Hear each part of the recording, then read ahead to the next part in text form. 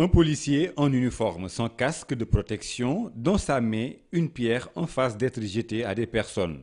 Cet arrêt sur image illustre parfaitement ce que ce docteur en sciences politiques et enseignant-chercheur appelle une mauvaise ambiance démocratique.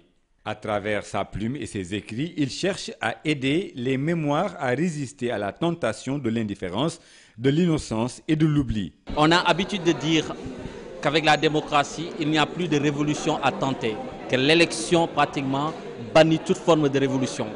Mais quand on regarde de plus près nos sociétés, à chaque fois que se présentent les élections, les échéances électorales, ce qu'on voit, c'est qu'il y a pas mal de mauvaise ambiance, c'est-à-dire des jets de pierre, des voitures incendiées, une tension politique, des querelles politiques, énormément d'événements qui viennent en tout cas perturber notre tranquillité. C'est un appel pour dire plus jamais ça, plus jamais cette tentative des hommes politiques de jouer avec la Constitution, plus jamais cette tentative de ces personnages que j'appelle néfastes, qui est l'antithèse du nouveau type de Sénégalais, qui jouent avec la démocratie, qui profitent de la démocratie pour sortir dans la rue, agresser, voler, incendier des voitures avec de personnes qui n'ont rien à voir avec cette histoire.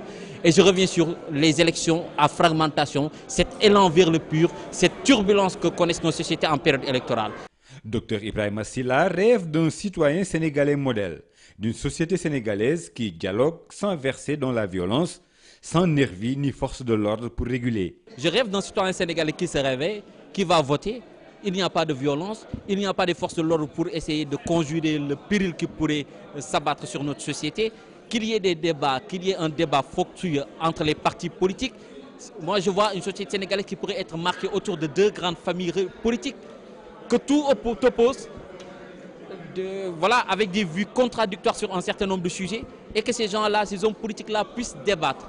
Et qu'au moment des élections, au lieu que les gens discutent de constitution, de fichiers électoraux, de violence qui arrive, de ministre de l'Intérieur qui est général ou pas pour conjurer le péril, qu'on puisse discuter autour d'un certain nombre de questions qui interpellent la société. Face aux journalistes, cet enseignant-chercheur à l'université Gaston Berger accuse les gouvernants d'être responsables des dérives et immobilismes du pays. Des commérages politiques à longueur de journée des passionnés de politique, car, dit-il, au Sénégal, on parle de tout sauf de l'essentiel.